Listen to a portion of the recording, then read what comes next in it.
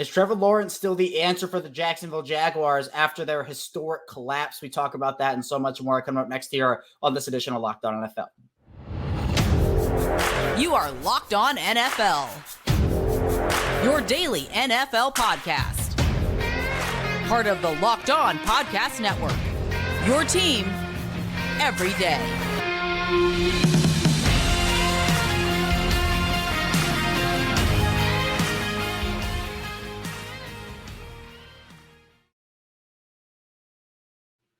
Welcome into another edition of the Locked On NFL podcast, your daily NFL podcast. I'm your host, Kevin Ostreicher, one of the many NFL experts here on our network and the host of Locked On Ravens. We are free and available here on the Locked On Podcast Network, your team every day. And thank you so much for tuning into Locked On NFL and making us your first listen each and every day. Subscribe in video form, subscribe in audio form. Again, free wherever you get your shows. Today's episode of Locked On NFL is brought to you by FanDuel. Make everyone more right now. New customers get $150 in bonus bets with any winning $5 moneyline bet. That's $150 if your team wins. Visit FanDuel.com/lockedon to get started. We are officially in playoff season as Week 18 came to a close on Sunday. Some crazy games and some crazy scenarios playing out. We're going to be talking about the biggest stories from throughout Week 18. We'll start off with the Jacksonville Jaguars, who did not make the playoffs. They lose to the Tennessee Titans, and it ends a historic collapse to their season. We'll talk with Tony Wiggins of Locked On Jaguars about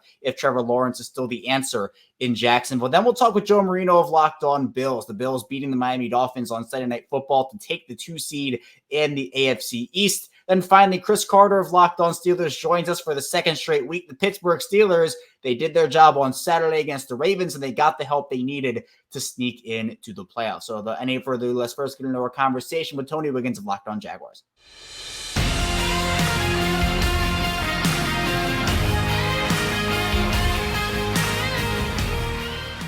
The Jacksonville Jaguars saw their season come to an end on Sunday in Week 18. They lose to the Tennessee Titans, and that eliminates them from playoff contention. Here to talk about that with me and just where the Jaguars go from here is Tony Wiggins, the host of Locked On Jaguars. And Tony, I know disappointing all around for Jacksonville here.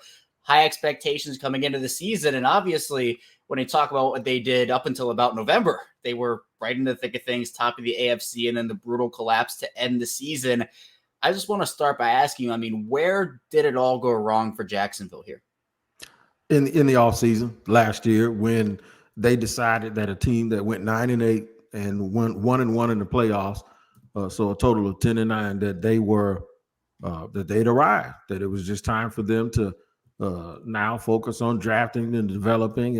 And look, I get it. Most of the guys were second-year players that were the best players on the team, or they were free agents who had just been added to the team. And they did go on a winning streak late in the year. They won 7 straight games when they had to win them down the stretch. And 7 out of 8 anyway. And I understand that. So I understand why you would think, okay, since these guys are young and we just got them all, let's just go ahead and push with this. I just think they wasted a golden opportunity to increase the competition, to get better, to raise the floor of this franchise, and to maybe add just that one other weapon, that's a big-time player who can make a play, and now they're paying for it. And now the question is, where are they in their development? And are the guys that they thought were good players, are they actually good enough to be a big part of this future of this franchise?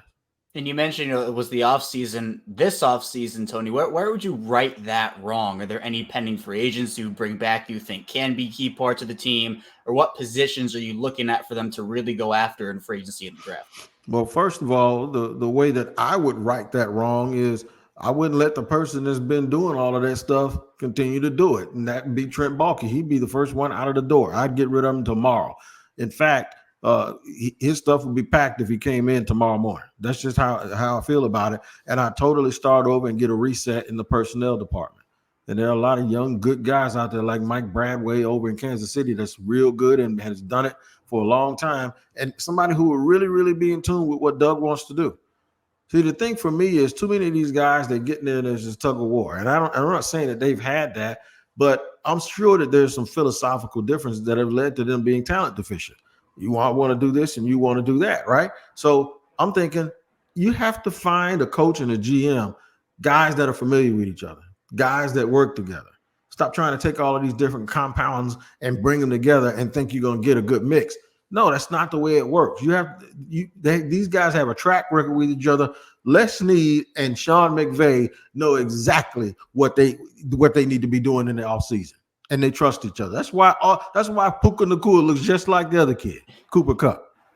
Baltimore, you guys, your team, Striker that you cover, they just got a bunch of dudes that all look alike to me, and because they have the same DNA.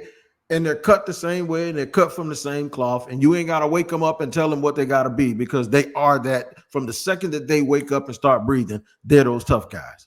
And for me, they don't have an identity here. And now I'm questioning whether they even have the 5 or 6 really good young players that they're going to need in order to say, okay, this is our core. Maybe they don't even have the guy, if they're going to end up being good a year or two from now. Maybe their best player ain't even on a team yet. And I know that this was a huge year for Trevor Lawrence, Tony, in terms of just figuring out what he was at the NFL level. How would you assess what Trevor Lawrence did this season, and are you confident in him moving forward as the franchise guy for Jacksonville?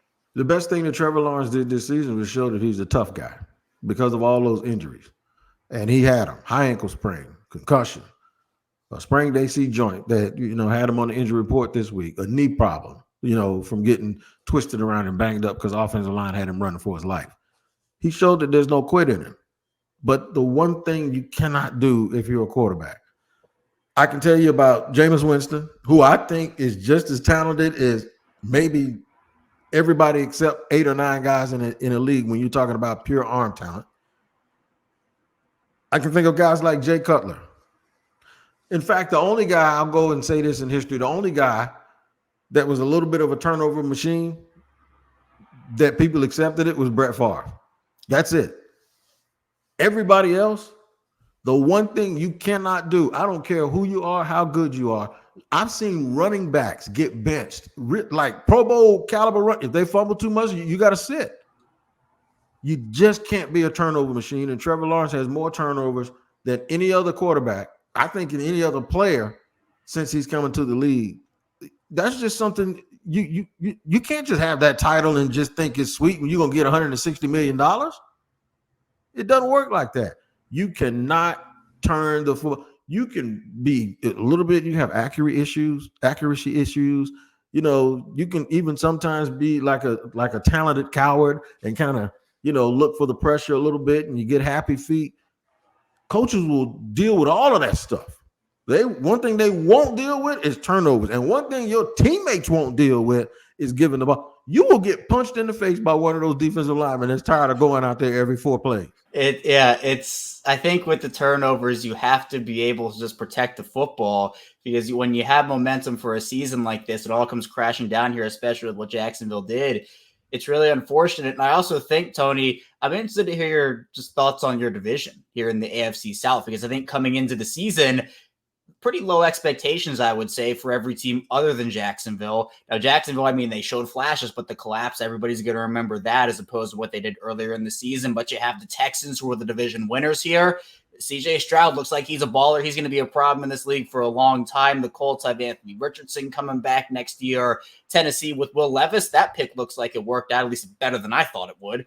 So where's your stance on the AFC South right now, and where Jacksonville kind of fits in right now? I'm a little bit afraid, because remember that thing I said? When I saw them against the 49ers, and I was like, this ain't a one-off. What I saw, they got a problem. And it's the same thing. I look at these other teams. The Jaguars are built outside in.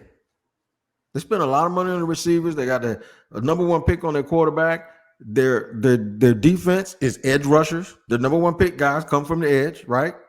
2nd round pick corner. They're outside in. It's almost like, that's why when you watch them play with the inconsistency, they look like a 7-on-7 team that just got there today. And Trevor even said that sometimes when they play, it's like they don't even practice. Well, who doesn't practice? A 7-on-7 travel team that shows up on Friday because they got a tournament on Saturday. That's exactly what they look like. And what else is 7-on-7? They ain't got no sandbags in their pocket. There's no line. There's no line of scrimmage. So they're built outside in, right? The Jaguars are built outside in. Those other teams are built inside out. The offensive line of the coach, the defensive line, the investment that with Laramie Tunsil and those other guys that Houston has, and then their defense. They're built inside out. And that's that's sustainable. The other stuff isn't. Because as soon as Christian Kirk gets hurt, everything falls apart because they're built outside in. You can't just say, okay, our wide receiver's hurt. Turn around and look at your offensive line, man, and say, we need you to take us home. Quarterback's a little off. We're just going to ground and pound. We're going heavy. We're going 2 tight ends, and we're just going to bust people in the mouth. They can't do it. They can't even think about doing anything like that, bro. And when you don't have that, it's always misdirection and quick screens and little gadget plays. And Evan Ingram got 197 catches and don't even have 1,000 yards. I'm being facetious. I'm joking. But yeah, all those catches, and with all the catches he has, I don't know what he ended up with, but it was well over 100. And he should have had 1,300 yards. But no, they got to get that ball out quick. You know why? Because homie ain't gonna have a whole lot of time to be back there, and that's the other thing that I'll give Trevor a little bit of credit for. He ain't never been, comfortable with, we're not having to run for his life because these guys are coming right up the middle, and that's a bad thing. And now he has to go one way or the other, and that cuts half the field off. And he has to make these weird contorted throws, which might end up leading to him getting those interceptions. But the thing is here's the question: okay, if you fix it, can you fix him now? Has he had 3 years of brokenness? Now can you fix him? How many times have we seen a talented quarterback get broken? Didn't Vince Young win the Rookie of the Year? Once you get broken, it's over for most of them. So I don't know, man. Maybe, it's something that even if they fix their issue, they may still have a Trevor problem and have to fix him. And the only reason I say that is because of those turnovers. We'll see what the Jaguars have in store for their future, but definitely some look in the mirror moments for this team. And for more on Tony, check him out over at the Locked On Jaguars podcast, part of Locked On Podcast Network, your team every day. Coming up in the second part of the show, Joe Marino of Locked On Bills will join us to talk about Buffalo's big Week 18 win over Miami to clinch the number 2 seed in the AFC East. Stay tuned, plenty to talk about on the show. First, this episode is brought to you by LinkedIn. At the start of the new year, every small business owner is asking themselves the same question. What's the one move that I can make that will take my business to the next level in 2024? LinkedIn Jobs knows your success all depends on the team you surround yourself with. That's why LinkedIn Jobs has created the tools to help you find the right professionals for your team faster and for free. And I've had a ton of great experiences over on LinkedIn, finding jobs, networking, connecting with people. It's been really, really great. And it's really important to build a great team, and the right hiring tools are critical to do that. LinkedIn isn't just another job board. LinkedIn has a vast network of more than 1 billion professionals, which make it the best place to hire. And hiring is easy when you have that many quality candidates. So easy, in fact, that 86% of small businesses get a qualified candidate within 24 hours.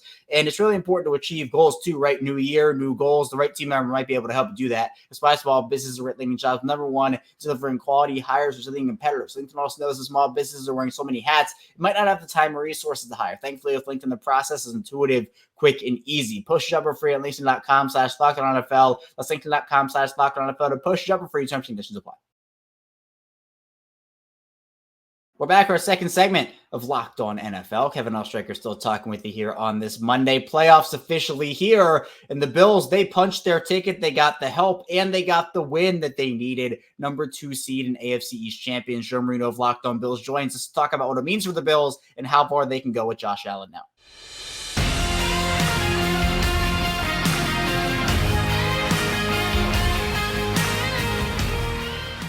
There was a battle for the AFC East on Sunday Night Football in Week 18. The Bills taking on the Dolphins in Miami. The Bills come out victorious in a wild and wacky game. They get the 2 seed and they get the division. Joe Marino of Locked On Bills here to break down everything that happened in that game, plus the Bills' playoff prospects as they now, again, number 2 seed in the AFC. Joe, this wasn't a game for the faint of heart. Back and forth. Miami gets out to the early lead. Then some special teams play helps the Bills, and then Josh Allen puts the team on his back towards the end after a very shaky first half. How'd the Bills pull this one out? Well, I think the game was very emblematic of the Bills' season, right? The Bills started pretty rough. They were 6-6. They were the 11 seed in the AFC coming out of Week 12. And you get to December, the Dolphins have a 3-game lead in the division, and the Bills just kind of kept scratching and clawing and getting their way back into it, even though in the beginning it was ugly, right? The beginning of the Bills game against Miami was ugly with some massive missed opportunities in the red zone, some boneheaded turnovers by Josh Allen. I mean, really, the first 40 minutes of the game, the Bills just did not play winning football. Just kind of like I would say the first 12 weeks of the season, the Bills didn't play winning football, but they turned it on during the season. They won their last 5. They won 6 of their last 7. And then they found a way down the stretch. And I think they were sparked by the Deontay Hardy punt return for a touchdown. And then the Bills offense was able to move the ball like they did all game long, but they scored some touchdowns. And then the defense is really what tightened the screws. It felt like Miami was able to run the ball and really get a lot going in the first half. In the second half, it was 3 consecutive 3-and-outs for the Bills defense. And then, of course, Miami has a chance to tie the game late. 5 plays later, Taylor Rapp picks off to a pass, and the game's over. The Bills win the division. And so I think it speaks to the resilience of the Bills. I'm not sure that they're a consistently dominant football team. There's maybe been some moments this year where they've shown that, but there's a resiliency factor here that I think can take them a long way. But it'd be nice if they can get the resilience and the high-level execution component to really make a run here. But a big finish for the Bills in this game and a big finish for the Bills this season. A lot of people are waiting for this Buffalo-Miami game to be over so we would know the full AFC playoff picture. How do you like the matchup with Pittsburgh? I think you have to love it, right? I mean, it's an NFL game, and Pittsburgh's going to, Mike Tomlin and that they're going to be ready to go. They're going to give the Bills all they have. But if you're a playoff team, what more can you ask for than hosting a team that has their third string quarterback that's kind of been bumbling on offense, got a little bit hot lately, but how sustainable is it? They're pretty good on defense, but TJ Watt's got a knee deal. He's probably not going to play. Like, this is kind of what you'd want, right? In terms of a draw for the playoffs. And the Bills, I think, open as nearly 10-point favorites against Pittsburgh. And so they got to take care of their business, but this Bills team has not been immune to letdowns. I mean, this is a team that lost to the Jets, that lost to the Patriots, that lost to the Broncos, that lost to the Jaguars, lost to the Bengals. Those are not playoff teams. They have 5 losses against 5 losses against non-playoffs teams. Of course, the Eagles being the other one. And good Lord, what have they looked like down the stretch? So the Bills are not immune to some blunders, but you have to love the opportunity to host Pittsburgh in the first round and give yourself a chance to win a playoff game for a 4th consecutive season.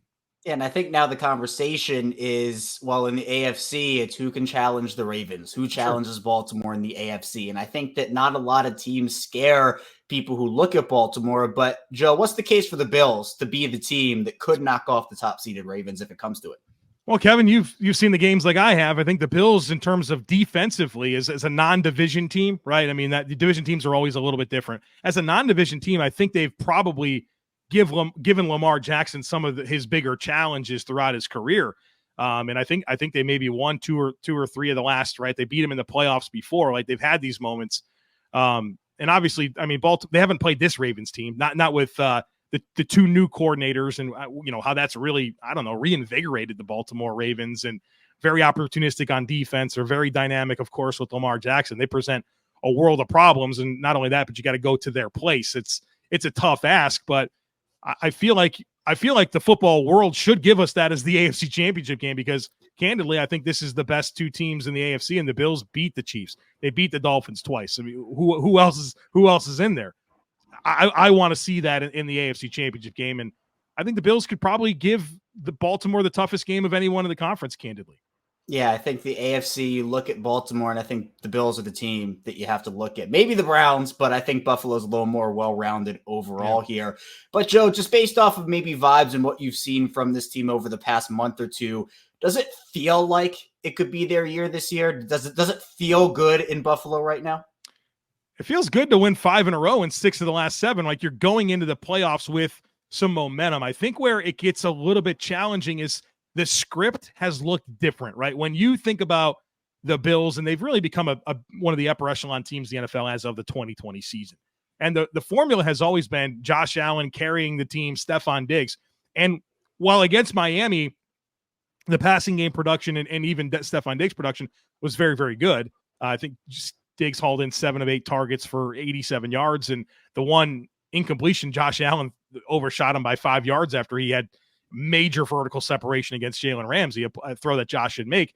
You'd expect 17-14 to be really the script here, and it's really not. I mean, it's been James Cook and Khalil Shakir and Dalton Kincaid and running the ball and playing good defense situationally. Like, that's kind of been their formula. And at times it feels like Josh Allen's gotten in the way of that. But then there's also those moments where it's like, oh man, this guy does make those special plays in big moments and comes through. And it's like, there's been so many games this year where I've watched Josh Allen play a bozo game for a lot of it. I would say this Miami game was certainly a bozo game to start. The first game against the Jets, the Patriots lost, the Broncos lost. But in every single one of those games, he's left the field with the lead, right? He kind of just always finds a way. And you love that. But if you can get some consistency start to finish, maybe some of these games wouldn't be as close. We'll see what that Bills team has in store. And for more on Joe's work, check him out over at the Locked On Bills podcast, part of the Locked On Podcast Network, your team every day. Coming up with the final part of the show, Chris Carter, Locked On Steelers, joins us as we talk about that Pittsburgh team that somehow just sneaks into the playoffs every single season under Mike Tomlin. Plenty to get to on the show. First, this show is sponsored by FanDuel. In the NFL regular season, it's officially wrapped up, but there's still time to get in on the action with FanDuel, America's #1 sportsbook. Right now, new customers get $150 in bonus bets guaranteed when you place a $5 bet. That's $150 in bonus bets, win or lose. The app is really easy to use, and there's so many different ways to bet, like live same-game parlays. You can find bets in the new Explore tab. Make a parlay in the Parlay Hub. That's the best way to find popular parlays and so much more. So let's see a bet on that Ravens and Steelers game, right? Tyler Huntley, and might have bet on him. He threw a touchdown to Isaiah Likely, so that was great. Or maybe Deontay Johnson anytime touchdown. He scored a long one for the Steelers. Visit FanDuel.com/lockdown to make your first bet a layup. FanDuel, official partner of the NFL. We're back here rounding out Locked On NFL on Monday. Kevin Ostraker still talking here with you again. Thank you for tuning in and making Locked On NFL your first listen each and every day. Be sure to subscribe in video form and audio form. It's the same show either way, so you're not missing out on any content.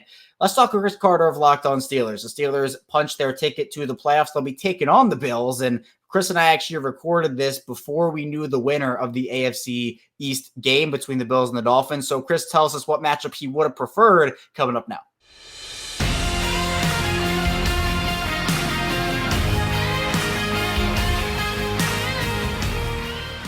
Well, the Pittsburgh Steelers played on Saturday against the Baltimore Ravens, and they got a big win.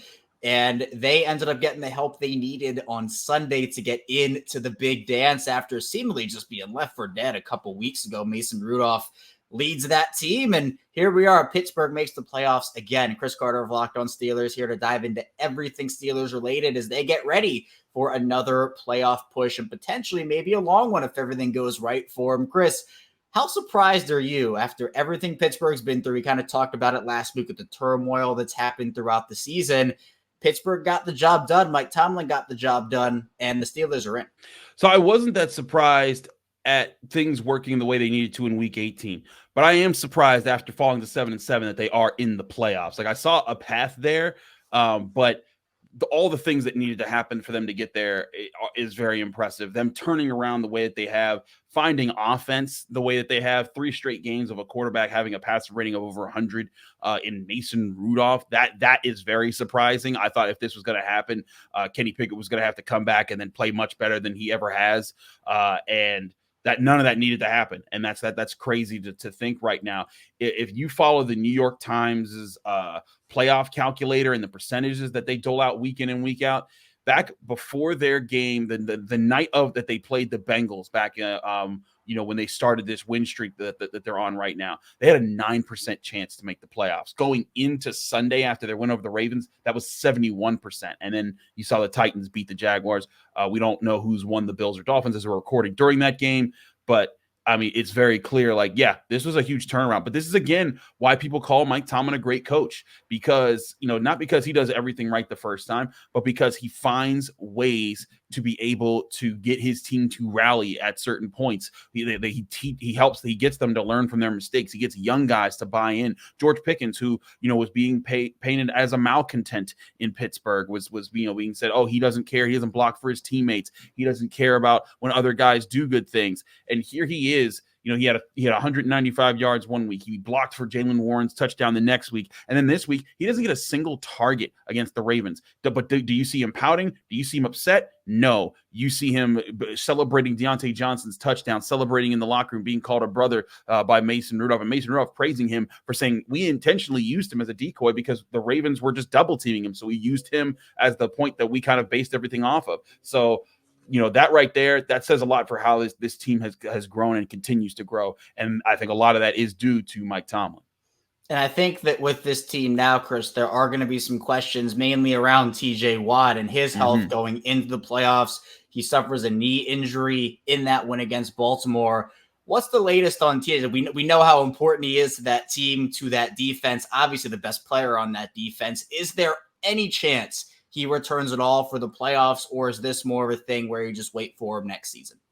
So initially it looked like they were going to have to wait through him for just next season and hope that he could be even able to play. Initially, it was reported that he had a grade 3 MCL sprain, which would have sat him for the rest of the season. But J.J. Watt came out and said it was just a grade 2 MCL sprain, which can be recovered from in a week or two. So it's going to be all about his physical therapy. And TJ Watt is also a superhuman athlete. Things could recover faster for him. But I think what's going to happen is the Steelers are probably going to say, listen, buddy, whether or not that we win this playoff game, we need you for the next week. I think that's going to be their approach. We need you for not just next week, but for the whole next year to be healthy, and turn that from a grade 2 sprain into, a whole problem that's going to impact you even being available for training camp.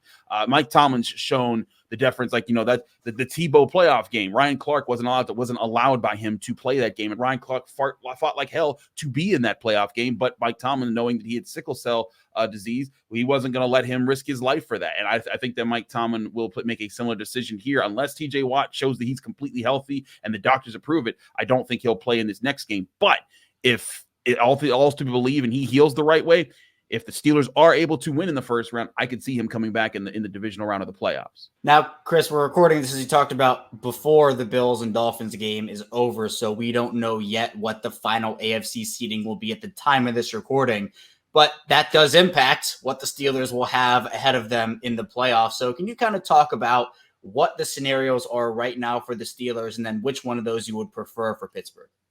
So the scenarios right now are, if the Bills win this game, the Bills are the 2 seed, the Steelers travel to Buffalo. If the Dolphins win the game, the Dolphins are the 2 seed, the Bills drop to the 7th seed, and the Steelers are bumped up to the 6th seed. So in that scenario, they would travel to Kansas City and play the Chiefs.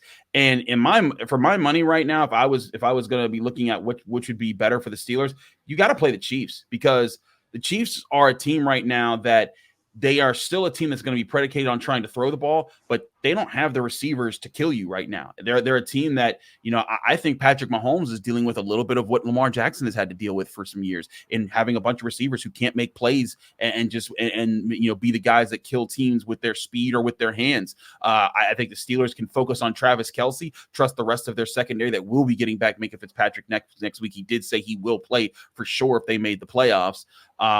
And you're also getting DeMonte KZ back, so you'll have a full staple of safeties for the first time in a month.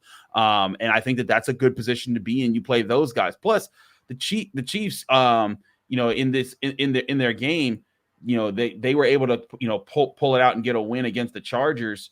But that was the first time that they've won back-to-back games since October. You look back at the rest of their schedule; they're 3-3 in their last 6 games, 4-4 in their last 8. They've been very up and down. You'd rather play that team, whereas the Bills, again, we don't know the result of Sunday Night Football and everything. They've won 4 in a row and 5 of their last 6. So if I'm the Steelers, I look at that and I say, it'd be nicer. I mean, you take whoever you get. The Steelers aren't going to be ducking anybody, but I think the Steelers would be much more advantageous to play a Chiefs team that has been struggling all this year than a Bills team that I think when they're mid or they're down, if they're having like a so-so game, like right now against the Dolphins, at least early on, this kind of looks like one of those so-so games.